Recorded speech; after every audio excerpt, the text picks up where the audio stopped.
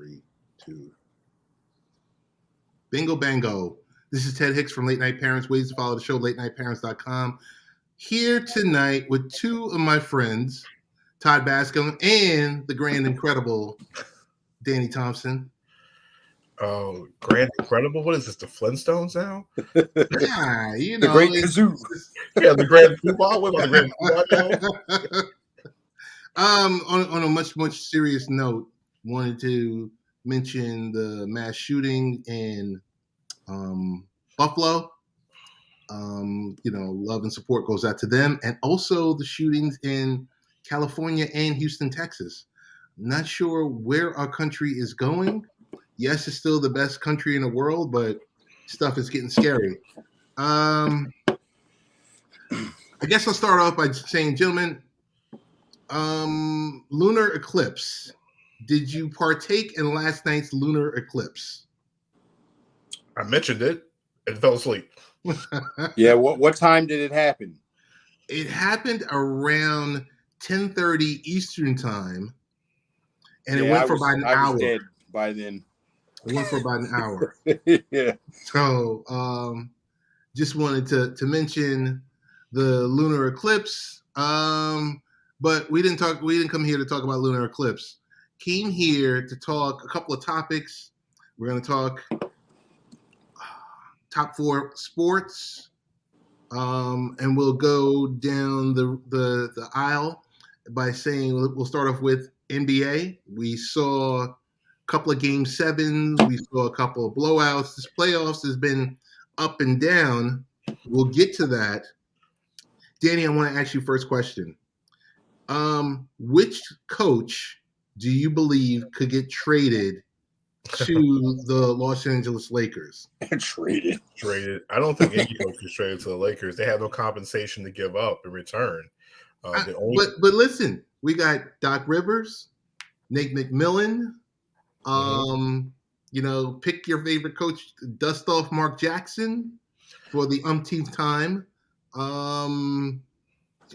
It could be anyone. It could be what was the old Brooklyn Nets coach before? Atkinson. I thought Atkinson was interviewing with the Lakers. Is that? He interviewed last week, actually. Okay. Doc Rivers has already been told by Daryl Morey he's not going anywhere. He's going to go back to coaching in Philadelphia next season. That cancels one of your options. Nate McMillan and the Lakers are not even a real rumor. McMillan's going to get a chance to actually have a real roster that's going to be readjusted to him for next season. If anybody goes to LA and they're waiting on anybody, it's actually Quinn Snyder of Utah Jazz. They've been waiting on Snyder. Or are they hoping for him to get fired? Well, that's the question. No one knows Quinn Snyder's status. The last day of the season, he opted to have hip surgery on the day of media day. And then when they actually had a chance to do the exit interviews, he still was mum on his future, didn't say what was going on. Report says that he's going to be the one taking the fall in the whole Jazz, potentially sending Donovan Mitchell to the Knicks or Rudy Gobert being walked out the door in Utah. But if it's not any of those coaches, I don't expect Mark Jackson to get a head coaching job once again. Can I ask you a question about that? Go ahead. Because I'm not real in the know with this. So what's going on with Mark Jackson? Why is he not? Is he that poisoned from the Golden State thing, or why is he not getting jobs? Do we have enough time to discuss this on this podcast? Well, I guess not. But I will put it like this: Mark Jackson has RICO charges. Mark Jackson has enough charges against him from the Golden State situation to basically say he's not getting a job. No, to be truthfully honest, Todd, try to give you a 90-second answer. There is so much with Mark Jackson, going back to comments about the LGBT community, even penis grabbers. Yeah, the penis grabber incident where he called Jared Collins and his former boss a penis grabber. Then there's the whole Steph Curry incident where he had a sprained ankle, and Mark Jackson, his wife, had him run around the church saying his ankle was healed. There was the back and forth to LA with the preaching on Sundays, leaving the team behind to go to LA to preach. The whole players going to church, no cursing in the locker rooms, assistant coaches basically being put on gag orders. not to speak to people. And then, there was a great statement from the Golden State, one of the Golden State principal owners, that you can have Mark Jackson can be loved by 15, but can't be hated by 200 people in the building. So Mark Jackson, I always say there's a better chance of Colin Kaepernick returning to the NFL before Mark Jackson gets a head coach. Wow. And we know there's zero chance of that. Zero chance.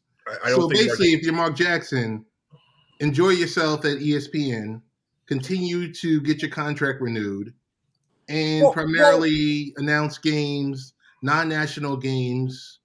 How can he then how can he then if all of that was going on, he can't get a coaching job. How's he working at ESPN? Because the one thing is that ESPN has him on camera, and he can't say what he wants to on camera. He just can't say. You just can't just start freestyling when he wants. The only way Mark Jackson sees a job, we saw Tim Hardaway go through this for years with his sentiments about speaking about people of the LGBT community. Tim Hardaway had to apologize, and he apologized. It took some years, and now he's in the Hall of Fame. Mark Jackson is going to have to do a lot of apologizing. There's only one man in the league that can get him a job. He failed once. It would have to take LeBron James to get him to just say, I need him. And for the Lakers to actually follow behind it, I can't see him anywhere else. Charlotte turned another page. You're looking at D'Antoni as the head coach for Frank Vogel. Otherwise, Mark Jackson will be right behind there making $10 million a year calling basketball games like he's been doing for the last, 6-7 years now? Well, it's not bad work if you can get it. No. $10 million to cover 30 games a year in the playoffs? Why not? So let's talk about the conference finals. Do we really want to spend any time bashing Chris Paul and the Phoenix Suns? Because I think everyone in America has dragged him today on TV and on radio. Beverly took care of that one. I think Beverly was just full of hate. Vitriol. It's like going to your job. It's like having a coworker that you hated go on TV and talk about how you work. Right. The person that hated you at work the most. Of all the people ESPN could have got, they knew what they were doing. Pat Beverly is the last guy that you want giving opinions on Chris Paul, because I think their beef goes all the way back to high school. Wow. No, I mean Chris Paul deserves the beating he gets. It is what it is. They were abysmal the last two games of that series. Did you hear the report coming from Mark Spears that I think there was a quad injury with Chris Paul post game 2? Do we give anything to that? Because how do you go from being Chris Paul to being Chris Paul? To being Jim Harden. Chris Paul? No, I don't buy the injury. Listen, when they were up 3-2, no one said anything about a quad injury. No one said anything about Devin Booker being hurt, or DeAndre Ayton have a bad hand, or Cameron Payne having a bad back. No one said any of this when they were up 3-2. It's the simple fact that, truth be told, excuse my language, the Dallas Mavericks just kicked their ass the last 2 games of the series. It's real simple. It was one clean. It was a bad one in Dallas, but they got their asses kicked in Phoenix. There's no way a home team should be down 45 points in any game in the playoffs in Game 7. It's abysmal. Who do we got for conference finals? Todd, take that one. Ooh, me? Conference finals? Conference finals. Man. Heat Celtics. Well, yeah, it's looking like Heat Celtics in the East. Who's your choice? Who's your choice to come out of the East? Man, I guess I got to go with the Celtics at this point. I'm with you on that one. I mean, yeah, I guess I wouldn't be shocked if the Heat win. I think it's that close, but I'm gonna go with the Celtics. And GSW and Dallas in the West. Seems to me we're gonna have a Golden State Celtics final. Danny, what's your thoughts? I mean, if ESPN has their hand in this, yeah, it's Golden State, Boston, because you can't get no bigger than Oakland and the San Francisco and the Boston market. No food reference, by the way. I actually think Miami's going to beat Boston. Really? Okay. I think if anybody relishes this moment more than anybody, is Jimmy Butler. Jimmy Butler wants to be the man to shut down Jason Tatum. So he is going to make his full-fledged 6 games of guarding Jason Tatum. He's going to guard him the entire series. And that's going to force Jaylen Brown to have to score a lot of points, even though Kyle Lowry will miss game 1. Lowry back at some point in time. Miami's going to have to find offense, and they're going to need Duncan Robinson. Robinson was basically missing in that Philadelphia series. They're going to need his three-point shooting. They have Strauss. They have Vincent. They have a multitude of shooters everywhere. I like Adebayo. Give me Miami in 6. I'm gonna put my flag on this. I'm taking the Heat in 6. Okay. And GSW in Dallas? Here's the thing. If Dallas wins, we're not going to hear. We're going to keep hearing the word Luka until literally, they're going to shove Luka down our throats for the next 20 years. They're already shoving him down our throats. It's going to be more. Can you imagine him getting to the finals with that roster? I mean, they traded Porzingis for spare pieces at one point, right? And so now he's taken them to the finals. This is almost as I would say, even Charles. I mean, the last time a guy Charles Barkley, Phoenix, like type of carrying a team to the finals, right? But if Golden State wins, that's going to put all the pressure on Steph Curry to win Finals MVP. He has to win the Finals MVP. He has to. Because if Jordan Poole or Klay Thompson or Andrew Wiggins or Draymond Green win Finals MVP and Curry doesn't and they win that championship, Steph Curry's legacy is completely damaged at this point. There's no coming back at this point. Okay. So I'm taking – I bet against Dallas the entire playoffs. And it's something about Luka Doncic I've seen since he was 16 years old about how special his kid is. I remember telling you about this. I'm taking a rematch of the finals, Miami-Dallas. Okay. And I got a feeling somehow that Dirk Nowitzki, the spirit of Dirk Nowitzki, will lie in Luka Doncic. And something tells me the Mavericks are about to take this championship under Jason Kidd. I just have a weird feeling about this. A weird one. Question about new media. We see Draymond Green podcasting after every game. Is this the new norm? Where it's kind of like you control your own narrative? I think so. I think the transition started with guys making their own company. You go back to Spring Hill with LeBron James. Now you have Kevin Durant with the boardroom, and then you have Players Tribune with Derek Jeter. Jeter started with Players Tribune, but now you're going. It goes into other things. I mean, being in locker rooms, players they like telling stories, but they hate the fact that some people, when they tell the story, completely misturns it. So I think Draymond Green is starting it. I think more guys are going to do it. I mean, you listen to some podcasts; they're amazing. I just can't believe Draymond's still doing it during the playoffs. But during the playoffs is I don't know. Like I said, he could have one Freudian slip and give someone, the opposing team, bulletin board material for that entire series. Not to say that he would do that, but anything happens, hot mic. Let's segue real quickly.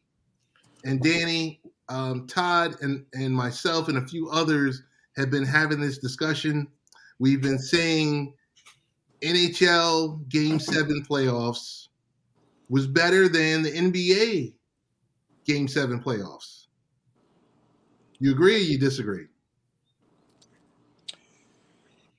Well, the NHL playoffs are just better. Anyway, it's a better product. It's more intense. It's more exciting. And I was saying earlier, now, look, full disclosure, I'm a hockey guy. All right. So, put that out there. But I love basketball too. But, I mean, if the Knicks aren't in the playoffs, I'm not even paying attention to the NBA playoffs until the conference finals. Okay. What's the point for me? But here I am last night watching Calgary, I'm watching Calgary, Dallas. And, when I'm the kind of, I'll watch Calgary, Dallas regular season in November. I'm just a hockey nut that way. But, I mean, they've just got a better product. And it's okay. It's not anybody's fault. It's not, I'm not trying to drag the NBA or anything. I love the NBA. I love basketball. I love the playoffs.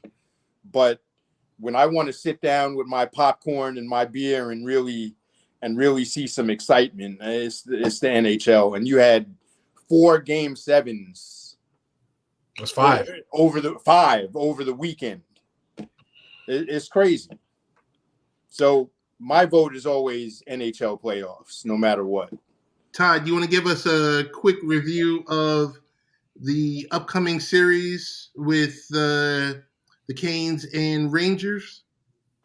Well, I'm also, full disclosure, I'm a Rangers fan, living here in Raleigh, so in Canes country. I actually like the Canes. I think they're the best team in the East. They're built in the image of their coach, Rod Brindamore. I mean, they play hard. They have a tough forecheck. They're physical. They can score. They have skill. They're almost a perfect team. They've got good goaltending. Freddie Anderson, their number 1 guy, was out for the first round, but I'm hearing he might be back. They were playing Antti Ranta, who was an excellent. There's another thing to watch in this series. Lots of former Rangers on this Canes team. So that's going to be a storyline. I think the way they forecheck, the way they stack the defensive blue line is going to be difficult for the way the Rangers like to play. They like to move through the neutral zone with speed, move the puck, and that high pressure that the Canes play, I think, is going to give them fits, as you saw in the regular season. I think they went. I think the Canes won 3 of the 4 games, and the one that the Rangers won, they were outshot like 50-12 or something like that. Just Shesterkin stood on his. No, I think it was Georgiev, their number 2 goalie, stood on his head. So, as much as I want to see the Rangers win, being a reasonable hockey guy, I'm going to go Canes in 6. I think they're just too good. I will say the team that wins this series, I think, comes out of the East to go to the finals. Gotcha. One last thing, though. One last thing. Oh, go ahead. Watch, outside of the Hurricanes and Rangers, watch that Edmonton-Calgary series. I was going to get to that. I wanted to give a big shout out to Fireman Rich, our guy, Richard Roberts, who's here on Twitch, always going live early in the morning. Great broadcaster. You can also, the real reason I've been a fan of Fireman Rich is because he's by trade an audio broadcaster, retired military vet. The best of the best. Todd, you would love him. Danny, you would enjoy him too. Great content.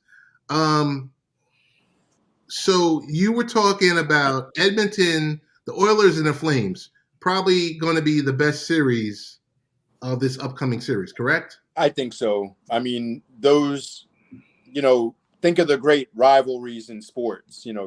It's, to me, it's the Yankees, Red Sox of hockey. They're both in the same province in Canada. They've had a rivalry for years and years and years, going back however long. You've got the best player in the world in Edmonton and McKinnon. Calgary's had a great season. When I just kind of remove emotion from it, that's the series I want to watch. It's going to be some fun hockey. So if you get a chance to check any of that series out, put that on your list. Hey, what about the Battle of Florida? You got The two-time champions against the team with the best record in the NHL. Yeah. I'm gonna go ahead and call Florida Paper Tiger. Oh, okay. Look, great regular season. Their game is all about their offense. And as you get deep into the playoffs, those goals start to be hard to come by. And I think that they're going to, first of all, they got to get through Tampa, who's two-time defending champions. Those guys know how to play playoff hockey. They're gonna play a really tight game, and the key is going to be whether or not Florida can score goals. They did it in the regular season. Can they do it now in the playoffs when it gets harder to do and it really counts? I don't think so. So I'm going. I've got a animal giving me trouble here. It's a panther. Excuse me. Yeah, a panther, literally. One of my little black cats. But yeah, I'm going with the Lightning in that series. But I don't think that Florida can beat, even if they do win, I don't think they can beat the Rangers or the Canes in the 7-game series. I think it's just going to get too hard for them to score goals, and that's all they got really. And it's high-powered offense. Finally, the Colorado Avalanche against the St. Louis Blues. The Avalanche are probably going to be favored in that series for good reason. I think St. Louis. I don't know if I want to say they've overachieved to this point, but I'm gonna go Colorado in that series. I think we're gonna see Colorado Edmonton in the West Finals, and I think we're gonna see Tampa Carolina in the East. And if you're gonna put me on the spot, I'm gonna say Carolina Edmonton, a repeat of 06. Gotcha. I already like that, Ted. I already like that already. Well, I tell you this much, Todd, just so that you know that when we do meet up in next month, the winner of the Rangers and Canes will be receiving a 12-pack of your favorite IPA. And well, that's your first problem in IPA. But I digress. So who bet on who?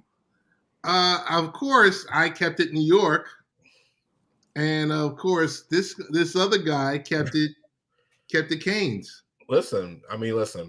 If the one thing about the Rangers is that the Rangers have the goal, they have the Vezina, the Hart Trophy candidate. I forgot the last name of the goalkeeper in New York.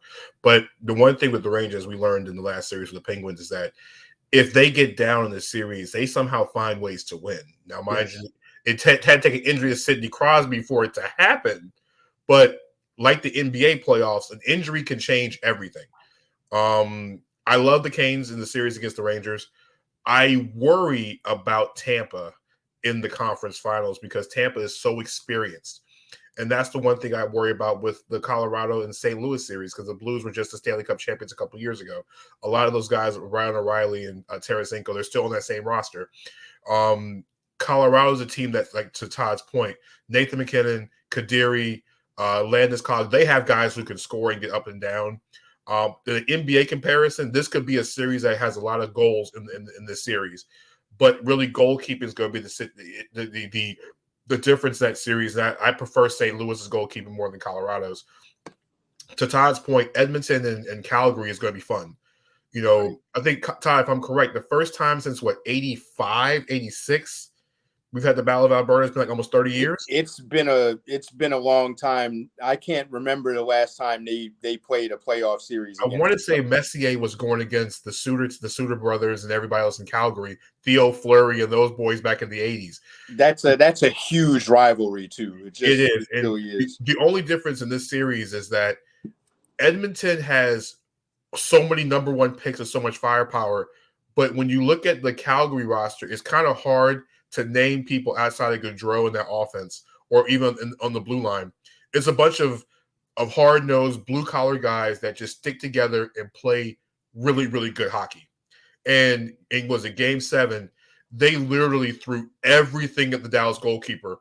In that game, that was it 65 saves he had in the game on 68 shots. Yeah. They threw everything in the kitchen sink, and it just happened to have Gaudreau get that one in overtime. I love I like the underdog of this series. I love the Flames in this series. They're the underdog. Connor McDavid might be the best player in the world to Todd's point, but it's just about the underdog in this. It's just something about the underdog in the Flames. It's like that. It's like a Disney story. The Flames weren't supposed to be here, and now look at them. Well, I mean, the Flames. Yeah, I mean, I get that. I think as the season went on, it got pretty clear that they were for real. But to your point, they play the brand of hockey that wins in the playoffs. So, if you're going to tell me that they beat Edmonton, I'm not gonna be shocked at all. I don't think it'll happen. It's physical. It's going to be physical. It's going to be a fun, tough, physical series. I just wonder how physical, Tom. You watch more of the NHL than I do.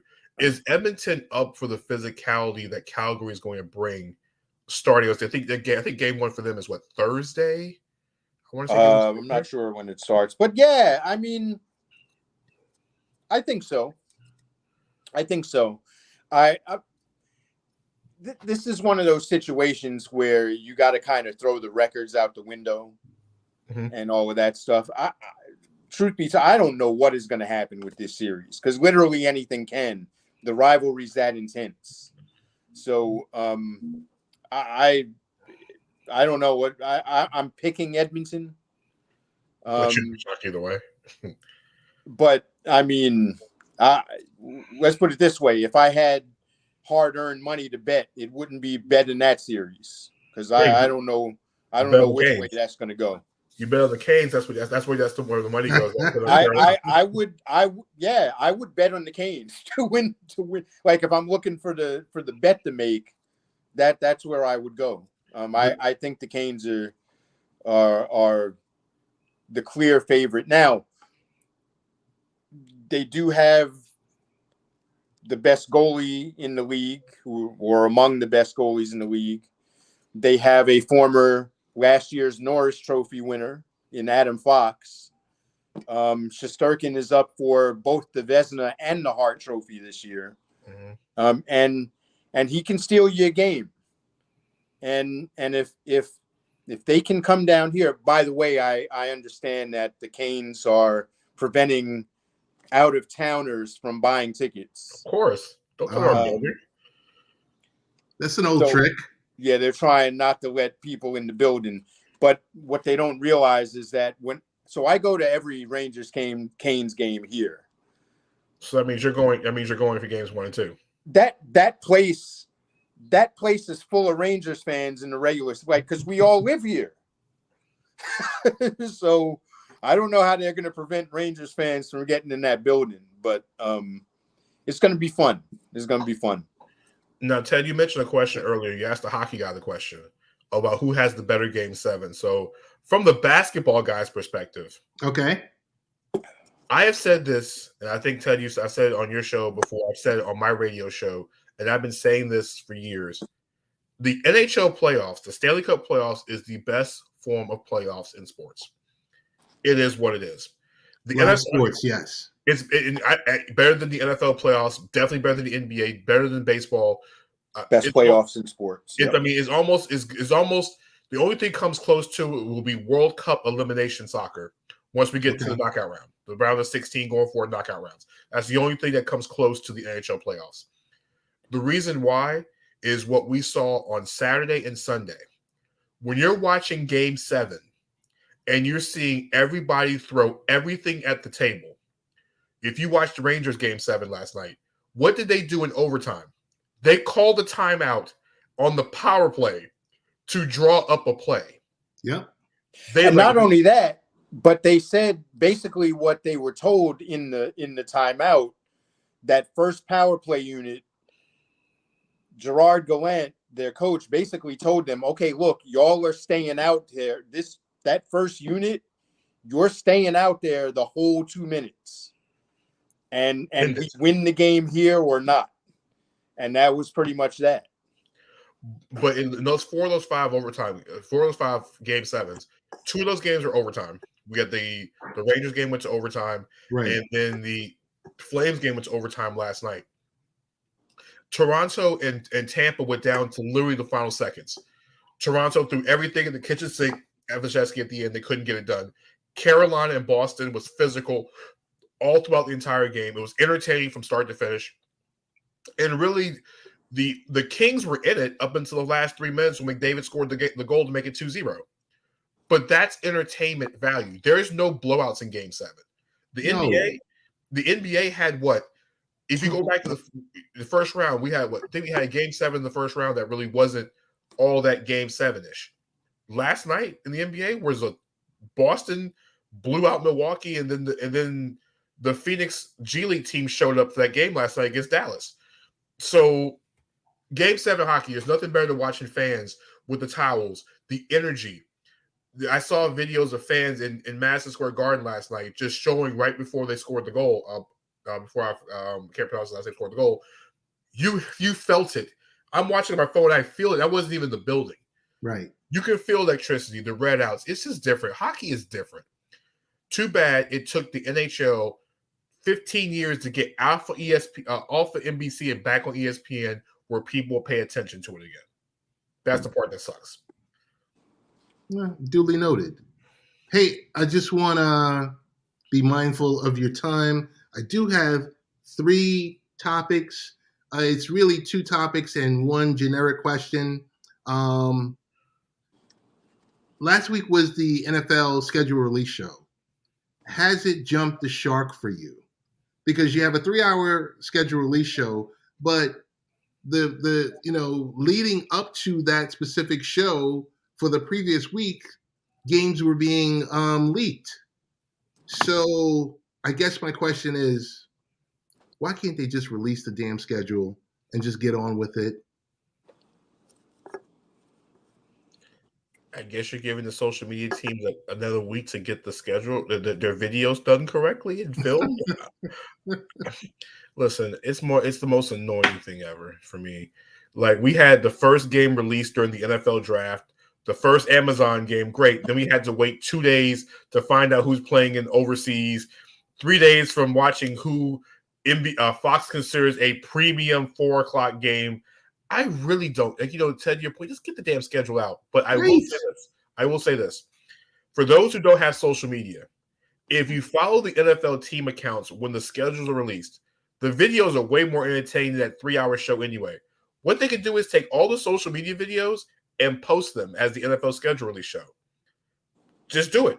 It's much more entertaining than me sitting down watching Booger McFarland talk about Titans versus Bengals in week 7 at 1:00. I really don't care about how important that game is in week 7, and we hadn't even got the preseason yet. It's true.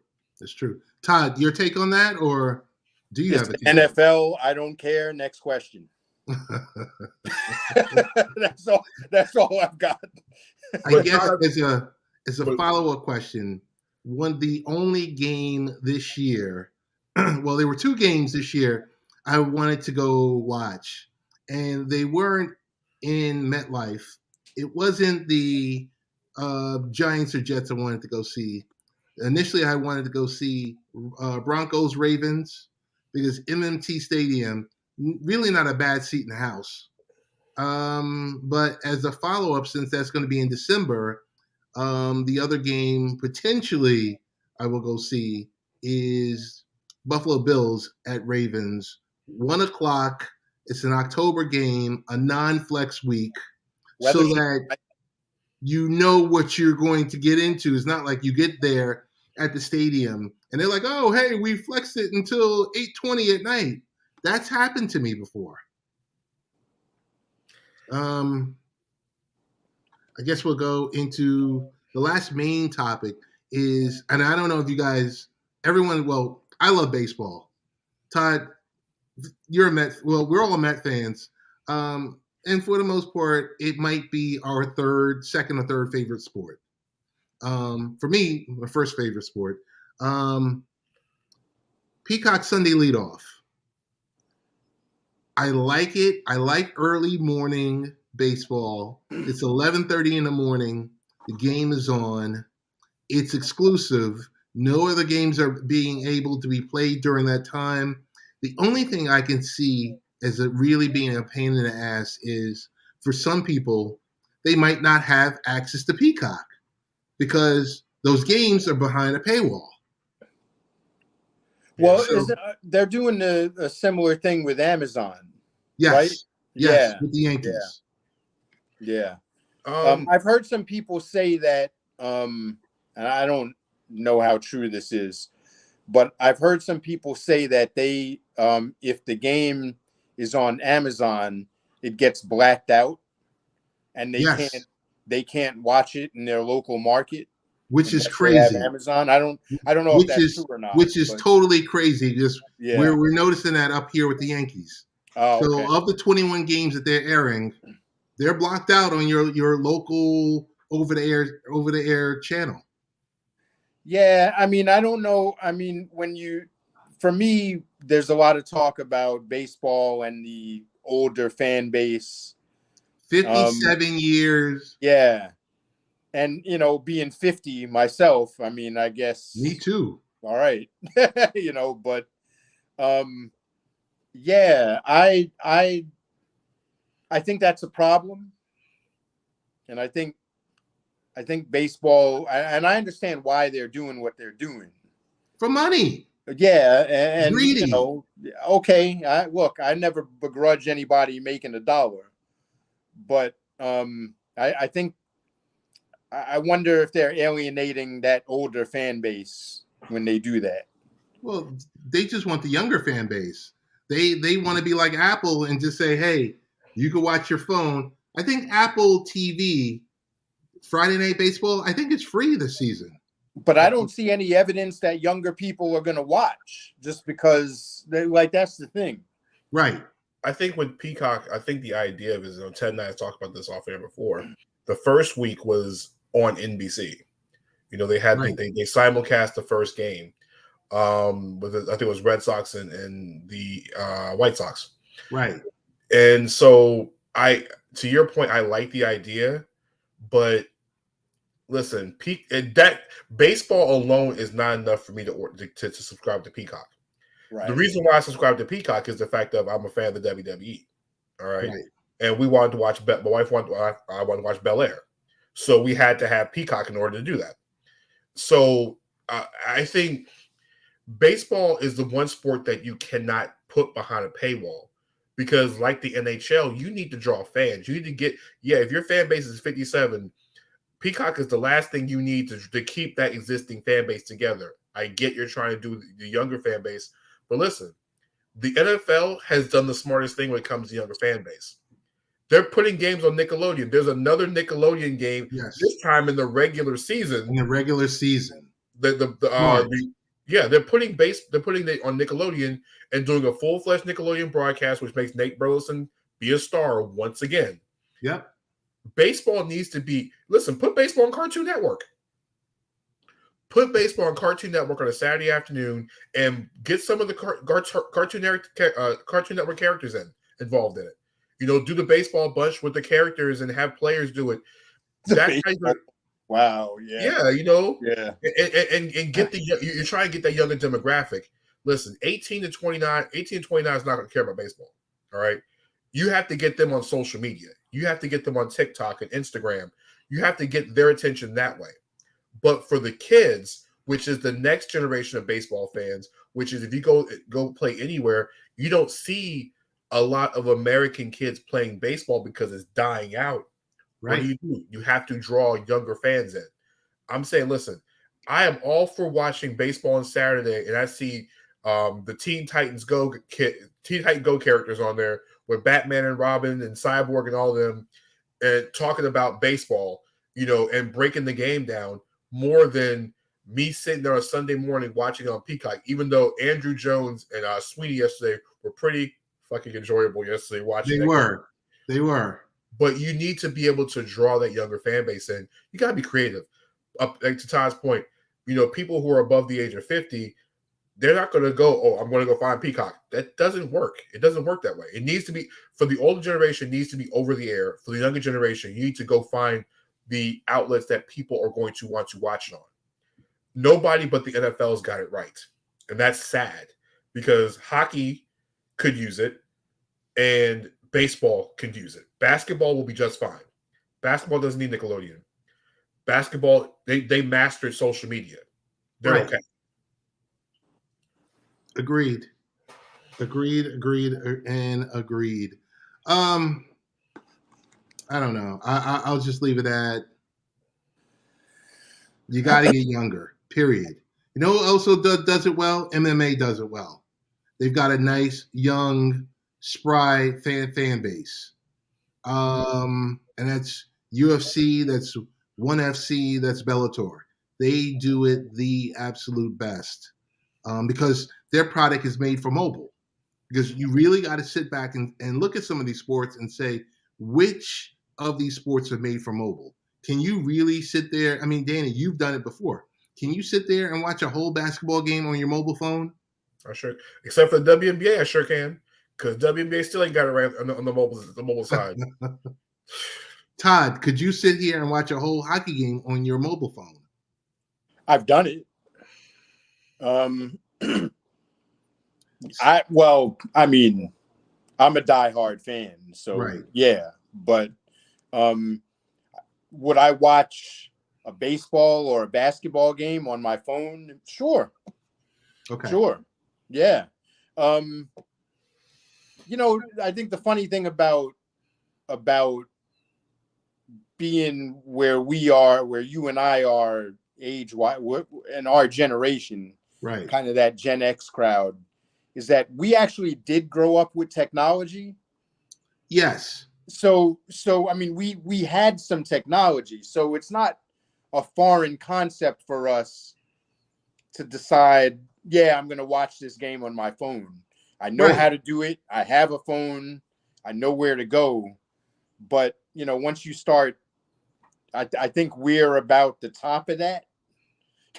So we are about the top of that. Yeah. So you ask someone 10 years older than us to do that, they might be like, that's a push. Yeah. So, but the more we can, the way I look at it, thinking of it in hockey terms, the more eyes you can get on it, yes, whatever means, I'm all for it. Right. So however they want to market it and where they want to put it. The only thing with, like I said, with baseball that concerns me is that you have the older fan base to begin with. Right. And I worry that they're being alienated a little bit. They're being alienated because they used to be able to turn to a specific channel and they knew their favorite team was going to be at 1:00 or at 7:00. Yep. Now you're telling me, okay, it's spread across 3 streaming services, right, and I'm blacked out. It's too much. Yeah. I mean, then don't forget the regional sports networks that like Bally's that don't even have half the games because the app doesn't work 90% of the time. It's. I remember the days my grandparents say, "Listen, we're watching the Mets on the Mets on PIX, or the WWOR, the Yankees on PIX. Yeah. You have the Yankees on PIX, and then you have the Braves on TBS before it went Superstation. Yes. Baseball needs to continue that. We need to have local partners. That's how baseball is going to work. The NFL doesn't need local partners because they're everywhere. Basketball, they're everywhere. The NHL, I think the NHL is getting back in the game because not only is ESPN involved, but to see what Turner has done with their hockey coverage. Yes. Turner has done more for hockey than they've done for baseball. Like their whole thing with the Stanley, they've done a great job with the Stanley Cup playoffs in their first year. They've done more in 1 year than I think NBC Sports Network has done in all the years they had it. Agreed. And I was marveling the other night. I think it might have been last night because TBS had a Game 7 NHL and TNT had NBA Game 7. And I said, you know what? Screw ESPN. There you go. Give them some competition. I mean, they're really not giving them competition because they're in a totally different league. But the fact of the matter is that's the closest thing out there to competition, not named Fox Sports. Last item, because we're up against the end of the show. I want to say upcoming StarCast. Ric Flair versus Ricky the Dragon Steamboat in a tag match. Ric Flair is 72 years old. What in the world is going on? What's causing all of this? So I think the tax man, maybe. They're not going to play the replay of Starrcade '86. Is that what they're not doing? I'm confused. Listen, Rick is. I don't know if Rick is broke or Rick is lonely. Rick has got something going on because this man's about to get in the ring with a pacemaker. All right, he's got a pacemaker in his chest right now. Triple H left wrestling because he has a pacemaker, and he is 25 years younger. He's probably about our age, right? Yeah, He's Hunter's about Todd and my age. Yeah. Okay, because I know Hunter was. I thought he was in his mid 40s, but somewhere comparable. Okay. Yeah, but the point is, you're still 25 years younger than Ric Flair, who is going to in the ring at 73. Okay, you know what?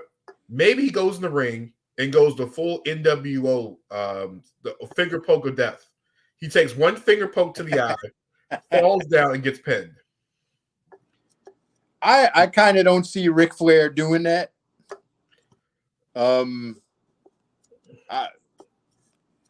I don't know. I think in his mind he wants to get in there and do it. Ted, so, is the love of the sport for him? I think he probably also needs the money. He needs the money. And the last I heard, the Dragon wasn't in the greatest of health himself. I mean, my goodness. I'm scared. I'm scared, but I'm intrigued to watch it. I'm scared because somebody. Who were their partners? I don't know. Damn it! It better be Rock and Roll Express. That's all I'm asking for. Oh, I think I heard. Yeah, I think I heard that. Yeah, because they're still the Rock and Roll Express are still wrestling. I think at 212 years old apiece. Ricky Morton. Ricky Morton is still out there in the Indies. Yeah, he's out there in GCW land, showing up. 65, I think he is wrestling. I mean, working on 20-minute matches. There was a guy. I think he is some sort of blogger or broadcaster or something who's launching a campaign to keep Ric Flair out of the ring. That's true love. That's true love right there. So I don't know. He's saying that nobody should sanction him to get in the ring and all of that. So I don't know. Maybe stay tuned for that. But Jim Crockett. Crockett's involved in it, so I'm sure Crockett's going to let that fly. Crockett and Jim Cornette, and then they're going to pass him so he can do it. I wonder how many people are going to go to Nashville because I think it's the day after SummerSlam. I think it is. Ted, if I'm right, it's the day after SummerSlam. I believe so. Yeah, it's SummerSlam weekend in Nashville. Yes. I mean, and the thing is, I think it's a smart thing to do for the promoter because you're going to have all those wrestling fans in Nashville anyway.